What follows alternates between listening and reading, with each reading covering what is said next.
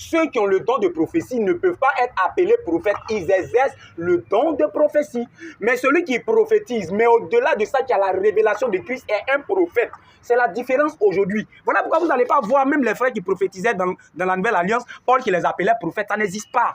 Donc, c'est pourquoi il dit maintenant que si, comment dirais-je, ce qui n'est pas écrit, on ne doit pas, on ne doit pas faire. On ne doit pas le faire. Bien sûr. Il y a beaucoup de choses que tu ne dois pas aussi faire. Bon, c'est quelle chose j'ai fait? Il y a beaucoup de choses. C'est quoi? C'est quoi? Il y en a dit que non, on le fait.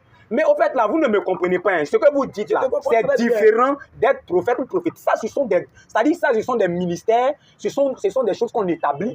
C'est pas du jeu. En fait, juste ce que les apôtres n'ont pas fait, ou bien les noms que les apôtres n'ont pas donnés dans la première alliance, ou bien, comment il va dire, dans la première église. On n'a pas le droit de faire cela. C'est-à-dire les premiers chrétiens, là, on dit, par exemple, on prend Acte 20, je ne sais pas, Acte 20, 21, comme ça, les 4 filles vierges qui prophétisaient avec Philippe. Elles prophétisaient, mais on ne les a jamais appelées prophétesses parce qu'elles exerçaient ce qu'on appelle le don de prophétie, mais les sœurs là n'étaient pas des prophétesses. C'est ce qu'on veut vous faire comprendre. Dans l'Ancienne Alliance, il y avait une confusion. S'il a dit qu'ils étaient là prophétisés. Voilà. Mais il est en train de montrer que nous étions là prophétisés. Mais c'est ça, il vous dit, ils prophétisent, mais ils ne sont pas prophétesses. Sinon, on peut dire qu'apôtre Paul est prophète. Apôtre Paul est prophète, vu qu'il prophétise aussi. Apôtre Paul n'est pas prophète, il est apôtre, il n'est pas prophète. Il dit que lui, là... Lui, il exerce le ministère du prophète. Non, il exerce le don de la prophétie. Il avait le don de la prophétie, mais pas le ministère. Et qui ça, l'apôtre? L'apôtre Paul. Oui. Voilà. Et les autres aussi même prophétisaient. Même l'apôtre Pierre a donné des prophéties. Eux tous ont donné des prophéties. Mais ils n'avaient pas le ministère. C'est là que je vous fais comprendre. Il y a une différence entre le ministère et le don. Mais n'appelez pas les sœurs qui ont le don prophétesses. Pourquoi pas? Non, parce que ce n'est pas un ministère qu'elles exercent. Pourtant, dans l'Ancienne Alliance, il y avait une confusion entre prophète et prophétesse. Ce n'était pas la même chose comme dans la Nouvelle Alliance. Est-ce que tu sais que dans la Bible, même les femmes ont des ministères? Non, est-ce que tu sais ça? Comme vous l'avez dit, on va aller pas à pas. Actuellement, là, nous sommes actuellement dans les affaires de prophètes. Est-ce que tu sais ça? Comment dirais-je? Les femmes avaient un ministère, mais c'est différent de, comment on dirait, du ministère de la parole. Il y a le ministère de la parole. Donc, bon, on va passer sur... Non, je vais terminer, puis on va passer. Écoutez, ce que je voulais vous faire comprendre, je ne sais pas si vous allez comprendre. Je dis, ça dit dans l'Ancienne Alliance, comme je viens de vous lire, que celui qui prophétise, il édifie, il exhorte, il console. C'est-à-dire c'était le rôle des prophètes de l'Ancienne Alliance. Quand le Seigneur leur donne des messages, eux, ils sortent pour exhorter, soit pour consoler, soit pour édifier. C'est-à-dire c'était leur rôle. C'était ça le prophète. Maintenant, les femmes qui avaient le même don que les hommes faisaient la même chose quand elles sortaient pour donner aussi des prophéties.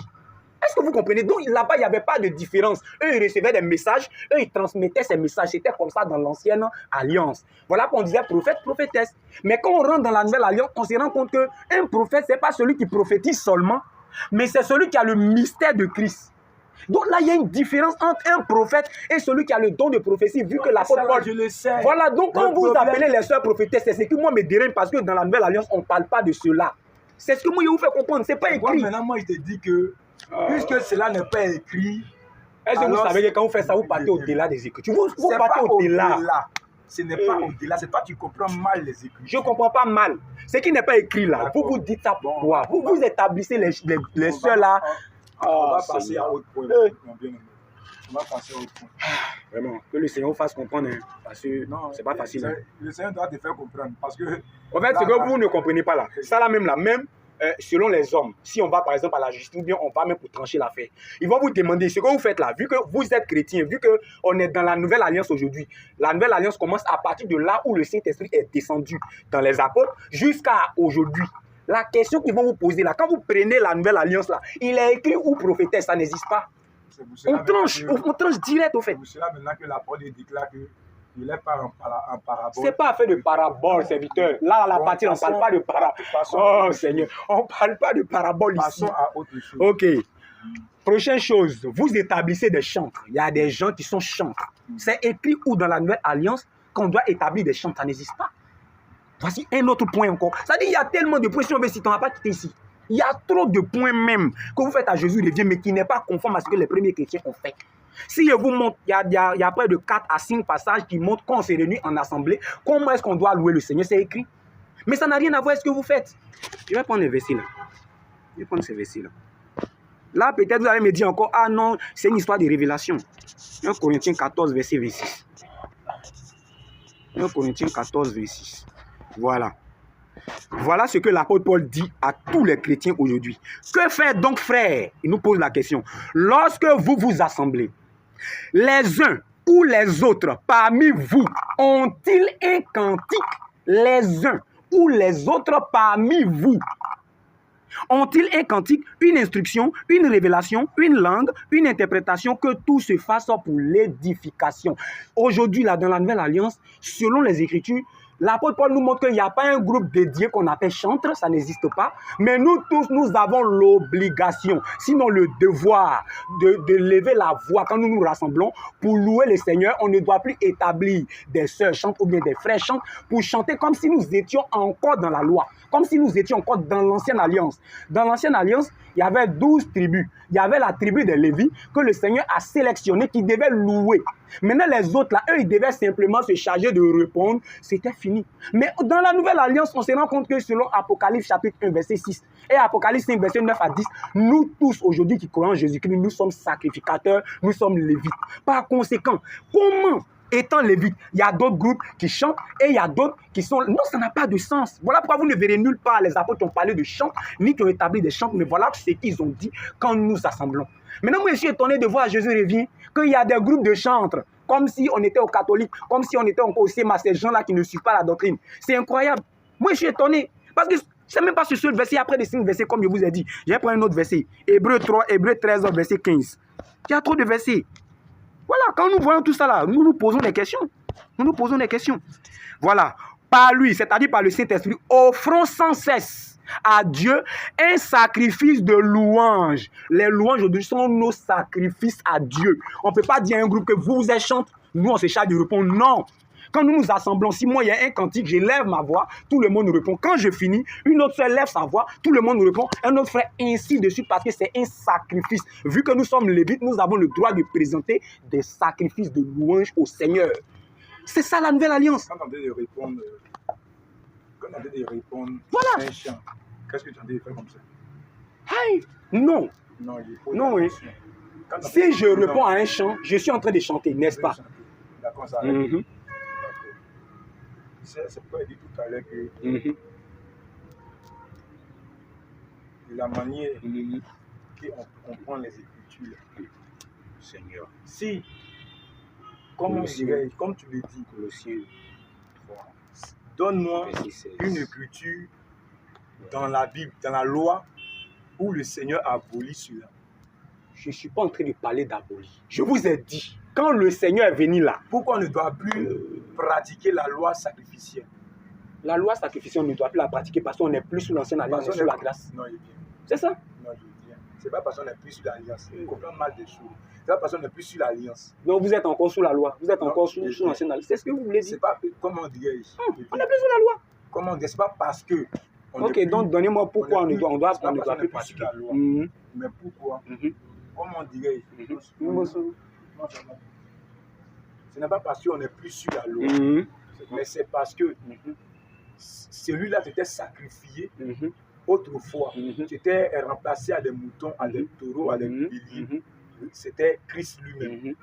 Et puisque Christ lui-même est venu en chair et en os pour se sacrifier à la croix pour le monde entier, alors il n'y a plus un sacrifice à faire.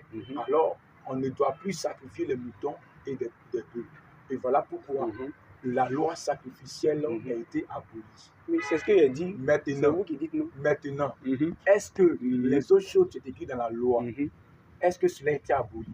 Et si cela n'a pas été aboli, alors cela aussi est l'édification aussi des âmes. Cela aussi est, comment on dirait, genre, si c'est les choses de la loi et qu'on ne doit pas la pratiquer, c'est ce qui signifie qu'on doit déchirer la loi pour la mettre à côté. Ok, je vous réponds. Et je vais être très explicite parce que, comme je vous ai dit là, nous parlons sur la base des Écritures. Voilà, nous parlons sur la base des Écritures. Et moi, en matière d'écriture, je suis très carré là-dessus. Dans la loi là, il y avait ce qu'on appelle la loi cérémonielle, qui est tout ce qui entoure les sacrifices, les holocaustes, le culte, etc. Maintenant, il y avait les lois moraux. Comme je vous ai dit, les 10 commandements, tu ne tueras point, tu ne feras pas. Oui, ce sont des lois aujourd'hui qui continuent à exister. Mais Jésus-Christ vient accomplir la loi cérémonielle à la croix par son sacrifice à la croix. Dès ce moment-là, voilà pourquoi je vous ai dit, nous ne sommes pas plus spirituels que les premiers chrétiens. Les premiers chrétiens, ce que vous faites là, n'ont jamais fait de telles choses. Dans le Seigneur là. Ils n'ont jamais fait de telles choses. Non, vous ne comprenez pas. Eux là, ils sont des fondateurs, nous sommes des bâtisseurs. Ce qu'eux ils ont fait là, c'est ce qu'on doit suivre. Nous là, on devient comme des moutons, c'est-à-dire ce que l'apôtre Paul a fait là, c'est comme ça on suit. C'est ce que moi je vous fais comprendre. Mais vous dites non, mais est-ce que si on fait ça là, est-ce que la Bible a aboli? Est-ce que si on fait ça plus? Non, non, non. Donc, on doit déchirer l'Ancien Testament. Oh là là, vous ne me comprenez pas. Si on doit déchirer l'Ancien Testament... Non, si on doit déchirer l'Ancien Testament, là... Non, vous ne m'écoutez pas. Vous ne pouvez pas poser question. J'ai dit, est-ce que les lois moraux de la loi, là, ça n'existe pas toujours, ça existe. Mais si vous dites qu'on doit déchirer l'Ancienne Alliance, c'est qu'on doit déchirer ces lois moraux, là. Ça n'a pas de sens. Donc, moi, je suis en train de vous dire... Non, c'est vous, en fait, c'est vous qui ne me comprenez pas. Il y a la loi cérémonielle qui est tout ce qui est en rapport avec le culte. Et maintenant, il y a les lois de manière morale que nous devons pratiquer pour être en société, pour être, comment je vais dire, pour être en bon terme avec Dieu et tout. Les lois cérémonielles, là, c'est de la manière les Moïse et autres faisaient le culte. Ils se réunissaient chaque 7e jour. On appelait ça le sabbat. Il y avait des lois autour. Est-ce que vous, qui faites culte les 7e jours, qui pratiquez encore le sabbat de Moïse, est-ce que vous êtes sûr que tout ce qui est autour de ce qu'ils ont prescrit, vous respectez ça? Vous ne respectez pas. Si nous voulons rentrer là-bas, vous allez voir, je vais vous prendre tellement d'écritures, vous ne respectez même pas la moitié. Mais ce que vous faites là, est-ce que c'est ce que les premiers chrétiens ont fait? À la lumière des Écritures, on se rend compte que les premiers chrétiens ne faisaient plus culte chaque semaine, comme vous le faites. Hein. Mais les premiers chrétiens, c'est du lundi au dimanche. Ils se réunissaient chaque jour et il n'y avait plus un temple ou bien quelque chose où on devait aller se réunir pour prier Dieu chaque... Non, on se réunissait partout, dans les jardins, dans les écoles, dans les maisons. C'est comme ça dans la Nouvelle Alliance. Mais recopier l'Ancienne Alliance, c'est comme vous êtes encore sous la loi. Et c'est ce que Paul dit aux Galates. C'est écrit, prenez le livre des Galates. Aujourd'hui, les gens ne font pas plus dans les maisons. Montrez-moi. C'est quelle église? Église, c'est ils font plus dans les maisons. Non, il y a. Ah, c'est ça.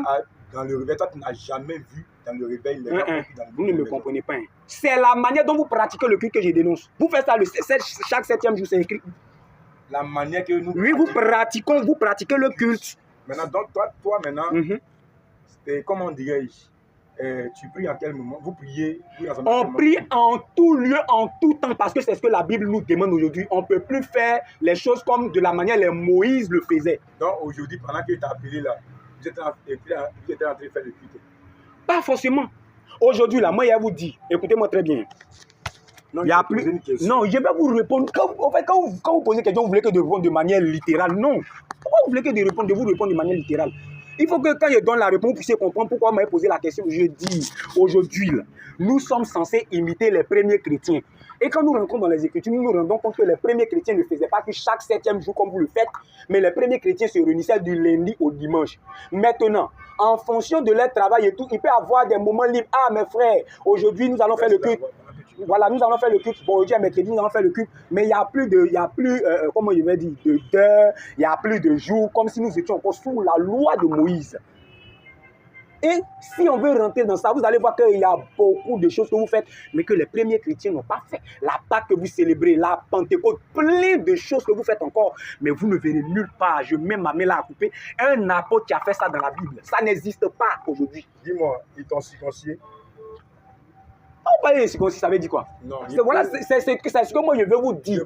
Parce que vous ne pouvez pas faire des choses de la loi et puis c'est pas tout vous faites. Est-ce qu'ils t'ont circoncis? On ne me circoncis pas parce que je suis dans la Nouvelle Alliance. Non, est-ce qu'ils t'ont circoncis? Pas physiquement là. Est-ce qu'ils t'ont circoncis? Bien sûr. Bien sûr, non. Bien sûr. D'accord. Demain, si tu as ton enfant, est-ce que tu vas circoncire ton enfant? Mais bien sûr. Bien sûr, non. Bien mais sûr. Pourquoi tu le fais?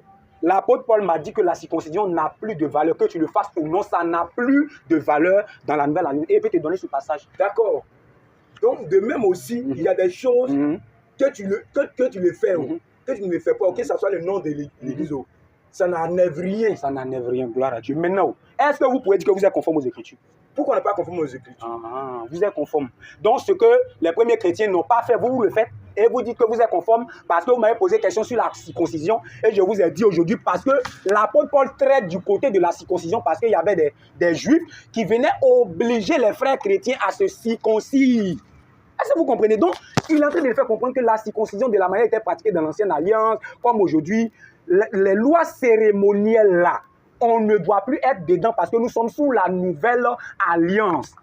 Mais les lois morales là, on doit être dedans, on doit toujours continuer à pratiquer ces lois-là. Voilà pourquoi moi, je ne vous ai jamais dit ici que la loi a été abolie, mais je vous ai dit qu'il y a des choses qui ont été réformées par Jésus après son sacrifice à la croix. Maintenant, c'est ce que vous faites comprendre. Maintenant, donne-moi une écriture où l'apôtre Paul dit que non, vous ne devez pas vous rencontrer tel jour pour prier, mais vous devez prier tous les jours. D'accord.